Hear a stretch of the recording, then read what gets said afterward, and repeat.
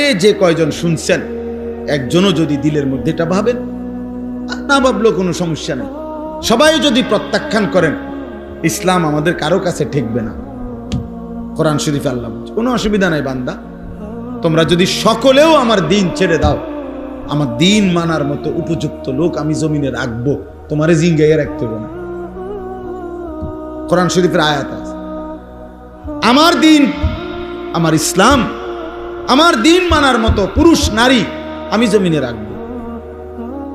আমাদের অনেক মহিলা মনে করে, বেপর্দা মহিলা ঘুরে ঘুরে সে মনে করে না না ইসলাম তার কাছে ঠেকানা। আল্লাহ বলছে সবাই চলে যাও, আমি আমার দিন রাখবো। আপনি জানবেনও না ভালো মানুষ কোথায় আছে, আপনি জানবেনও না আল্লাহর জন্য জীবন কোরবানি করা মুজাহিদ পৃথিবীতে সর্বযুগে ছিল, আছে থাক। আজকে মনে করেন ইসরায়েল সহ আমেরিকা সহ সারা পৃথিবীর 150 কোটি মুসলমানকে ভয় পায় না, আমাদেরকে কোনো পাত্তা দেয় না, কিন্তু ওই গাজার মাটির নিচে কিছু মুজাহিদ আছে, মাটির নিচে বাংকার করে যারা আছে, ওরা 24 ঘন্টা ওদের এই সমস্ত আক্রমণের মূল উদ্দেশ্য হলো ওদেরকে বাইর করা, ওদেরকে মারা। তারা ভয় পায় ওদেরকে, ওই মাটির তলে যারা আছে ফিলিস্তিনে, গাজায়, বুঝেন নাই, ওদের ভয়েরও অগরিনী। এই জন্য আল্লাহর দিন আল্লাহ তাআলা উপযুক্ত পরিমাণ লোক দিয়ে টিকিয়ে রাখবেন, বিজয়ী করবেন। দেখার বিষয় হলো আমার নাম তাদের মাঝে আছে কিনা, আমার নাম থাকবে কিনা, আমার সন্তানের নাম থাকবে কিনা। আমি তো মরে যাব, আমার সন্তান যদি ঈমান হারা হয়, আমার নাতি নাতনি যদি ঈমান হারা হয়, তখন কি হবে বলেন?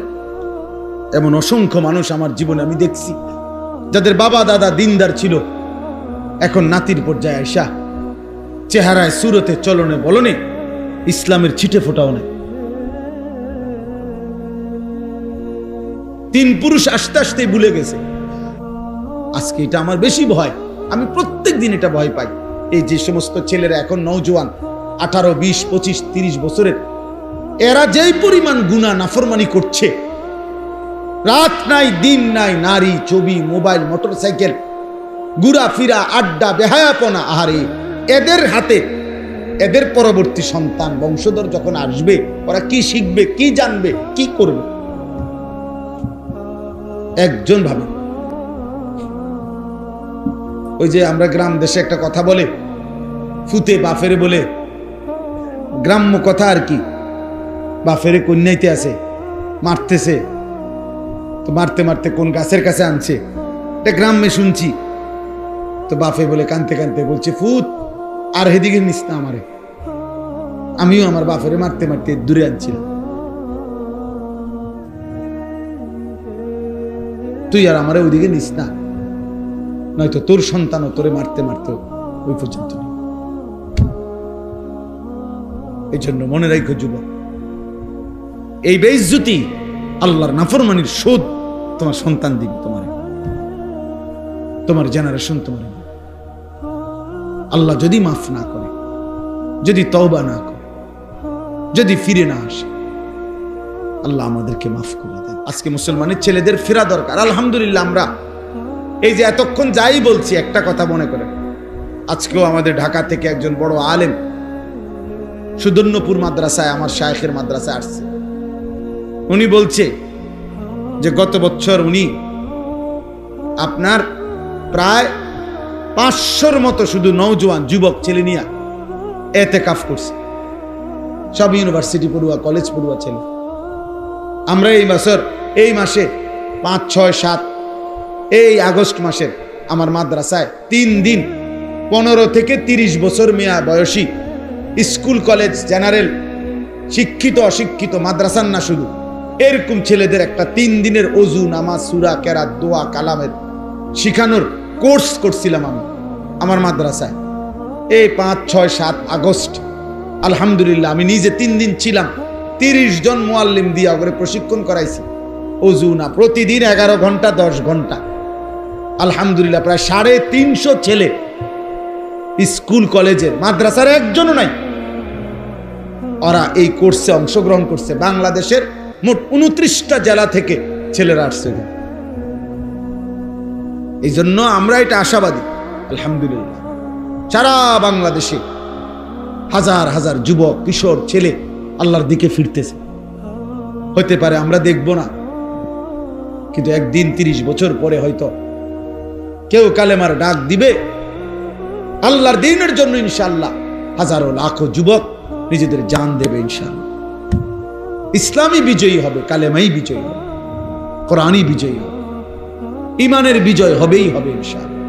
আল্লাহ তাআলা ওই কাফেলায় আমাদের সন্তানদেরকে, নওজোয়ানদেরকেও কবুল করে নেন।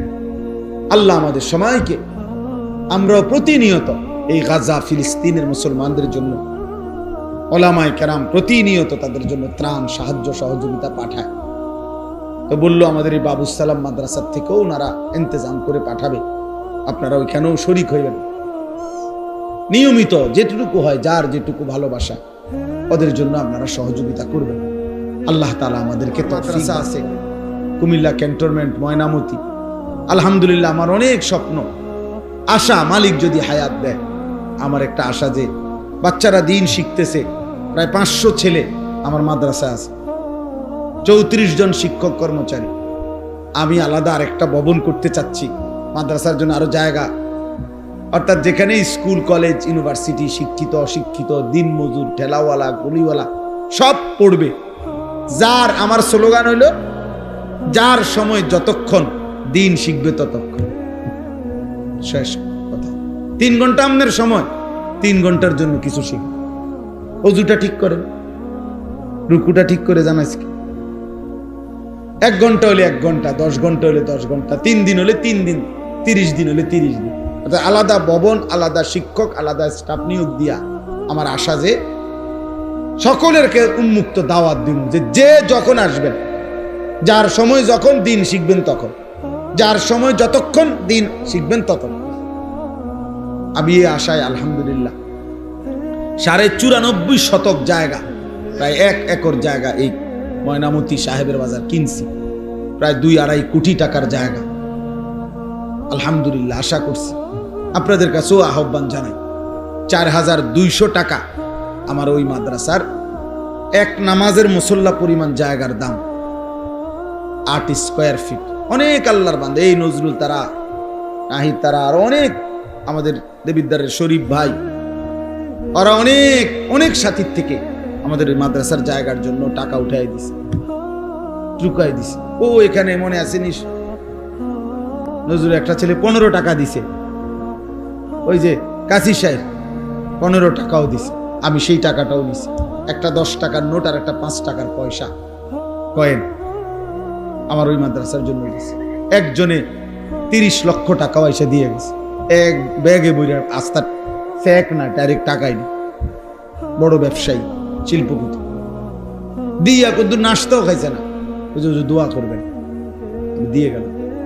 তাহলে কেউ 30 লাখ টাকাও দিছে, কেউ 15 টাকাও দিছে, সব আল্লাহর জন্য, সব আল্লাহর জন্য।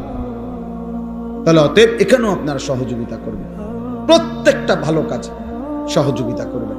এক অভাবী মানুষ আপনার কাছে হাত পাতছে, আপনি কোন মাফ করেন, মাফ করেন কি তা, বেটা সাহায্য চাইছে, এটার লগে মাফ করেন কি সম্পর্ক? আপনি চুরি করছেন, হ্যাঁ মাফ করতো, কথা বলেন না কেন? আপনি কি চুরি করছেন যে হে মাফ করতো? আর হে মানুষ মাফ করেনি, মাফ তো করে আল্লাহ না, কথা বলেন না কেন? মানুষ কি মাফ করে? কে মাফ করে? তো আপনি এটা কি বললেন যে মাফ করে? আপনার নাই তো সেটা আপনি হাসি মুখে তাকে বিদায় দেন,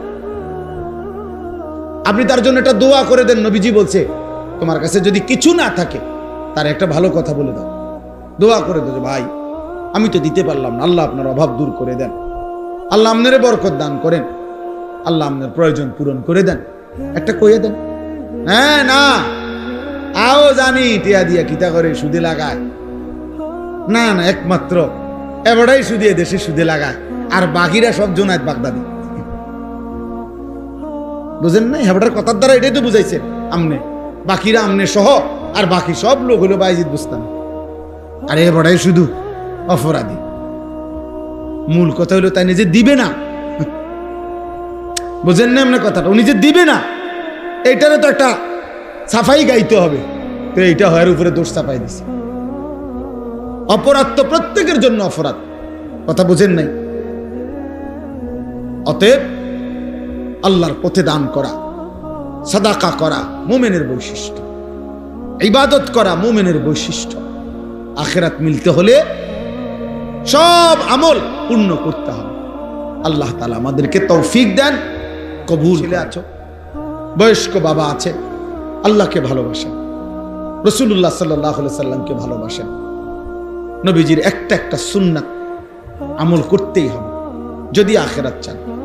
12,000 টাকা দিয়ে আখিরাত মিলবে না। 4টা ফ্যান দিলে আখিরাতের জন্য এইটুকুই যথেষ্ট না। 10,000 টাকা মসজিদে দিলে শুধু এতটুকুই যথেষ্ট। এটা একটা আমল, এটা নেকি আছে, কিন্তু এটা একটা আমল। বাকি আমলগুলোও করতে হবে, বাকিগুলোও করতে হবে। এই জন্য আমরা প্রত্যেকে ইনশাআল্লাহ আজকের এই মুবারক মজলিসে নিয়ত করি যে আমরা আল্লাহকে ভালোবাসবো, আমরা রাসূলুল্লাহ সাল্লাল্লাহু আলাইহি ওয়াসাল্লামকে ভালোবাসবো, আল্লাহর জন্য জান চাইলে জান দেব, মাল চাইলে মাল দেব ইনশাআল্লাহ। বলেন ইনশাআল্লাহ। 1 টাকাই দেন, আরে 10 টাকাই দেন, মিয়া মুমিন ফিরায় দেন। এটা মুমিনের সিফাত, কোরআন শরীফে বারবার আছে।